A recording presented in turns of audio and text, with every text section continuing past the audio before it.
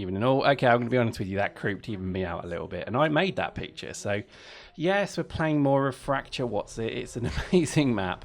This time round, we are going to play the sneaky sneaks who managed to actually get to the higher ledge. And basically, this map... I'm about to regret this. This map has basically a large shaft, which you need to basically get to the base of this shaft. And once you're on the base of this shaft, you're then able to, dominate everything. Oh, okay. If you didn't laugh at that, then you obviously don't get double entendres. But basically, yeah. And I'm a bit worried I'm kind of whining and dining and wooing something with a shaft. But anyway, there we go. Basically, this map is awesome, and I think it's one of those rare maps that just really kind of get your tactical mind going, because I think lasers and forge guns and ARs, well, not so much ARs, but I think longer range guns dominate this one, as you'll see. Now, obviously, whenever you're basing yourself, the first thing you need to do is have a really good spawn. So basically, I came in here with a spawn fit. So, oh, watch this. Watch this.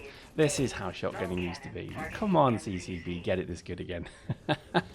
That was just an annihilation, a demolition. That was me and Rem. Rem was shooting a forge gun and wiping him out, and I was basically doing frontline. Isn't that hilarious? I do love the game when it gives you these little bits like that. I mean, we took out, what, 4 people there? Hilarious. Love it. Basically, this map, I think, is a wonderful map. And I've got to stop saying basically. I do apologize. Somebody pointed out to me that in a previous video I said basically something like 29 times or something stupid. So basically, I'm not going to say that anymore, basically. So here we go. Now, the thing with dominations is, particularly this one, is because it's on a hill. It literally is King of the Hill, and I think that's kind of its unofficial title.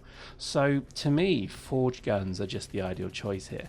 Now, forge guns, let's talk about forge guns, and I know I've kind of hinted and promised for a while about this, but let me just give you my position on forge guns.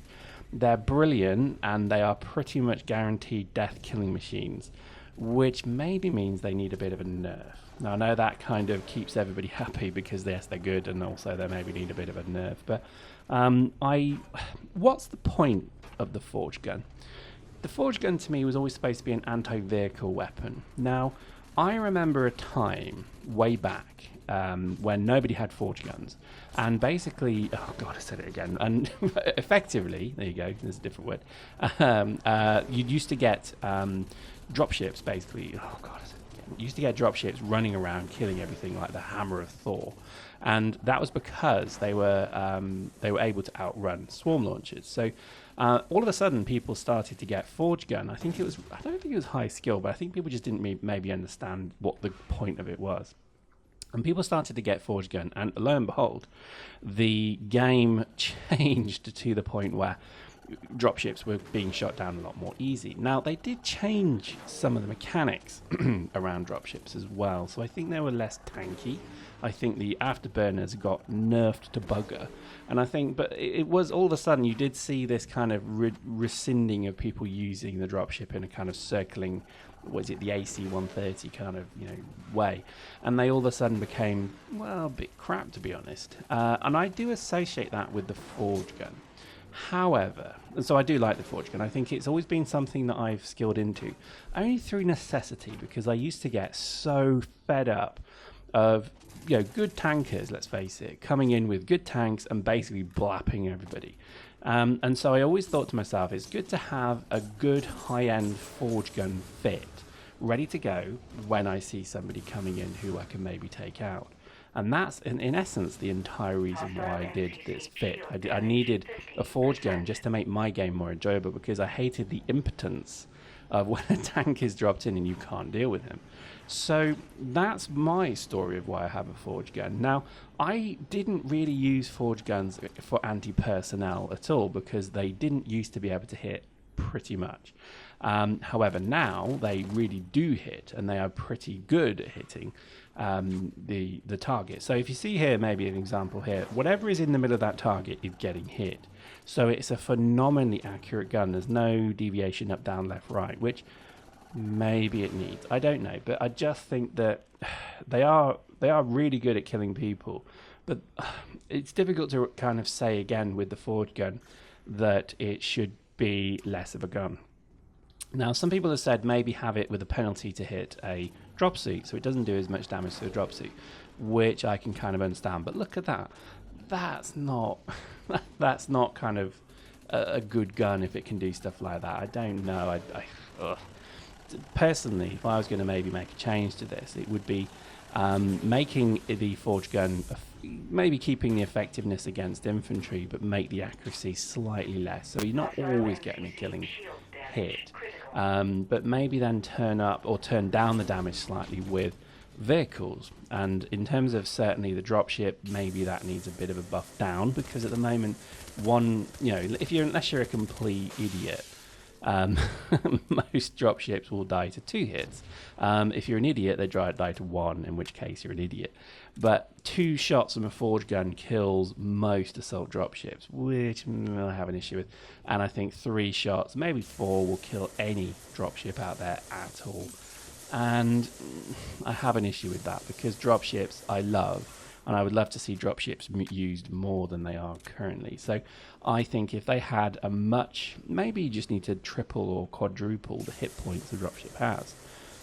Or maybe give them a phenomenally powerful shield, or maybe give them a deflector, so they can blink on a deflector and maybe the shot is then completely nullified. So the skill would not be the ability to shoot the thing, it would be to actually also blink your shield on at the right moment. I don't know, these are just ideas, but I just feel that dropships are a key part of actually why I came to Dust, because I loved the concept behind it.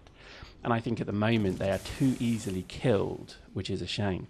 With regards to tanks, I mean, tanks are always going to be an emotive topic, because most people who are serious about tanks do nothing but tank. And I guess that's why, that's kind of the point of it, I guess. And to be honest, if you just do nothing but tank, you hate forge guns because they are the one thing that stops you having fun.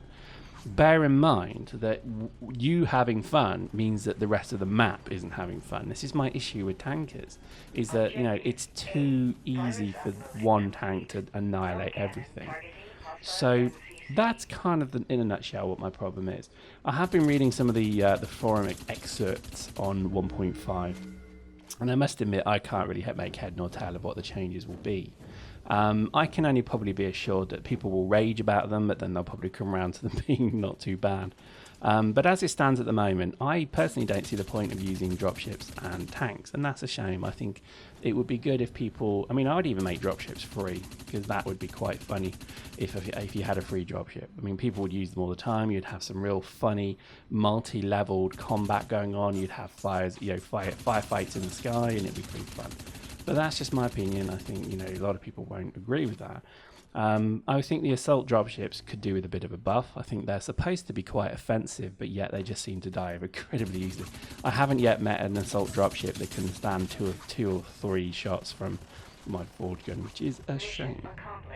So there we go. Our favourite map once again won. I think this map is an absolute example of how good this game is going to get. Now, again, I think once they bring in more maps, I think once they start to push the envelope a bit more, I think you're going to see something really quite fun coming through from this game. Not a bad score either, 14-4. Again, my poor scout suits are not lasting long with this build. They are getting wiped out very quickly, which is kind of a shame. It would be good to have a little bit more of a use of that prototype scout, but hey, what can you do? Any chance of a respec CCP? Go on, just give us one, I'll be good. Anyway, hope you enjoyed that. I think next time what we're going to do is look a bit more at vehicles, because I think, I did actually try tanking on another ult, I think yesterday, and it was quite a challenge. I died a couple of times, and I think there is the other side of this argument that needs to be told. So we'll do that in the next video. Hope you enjoyed that. See you next time.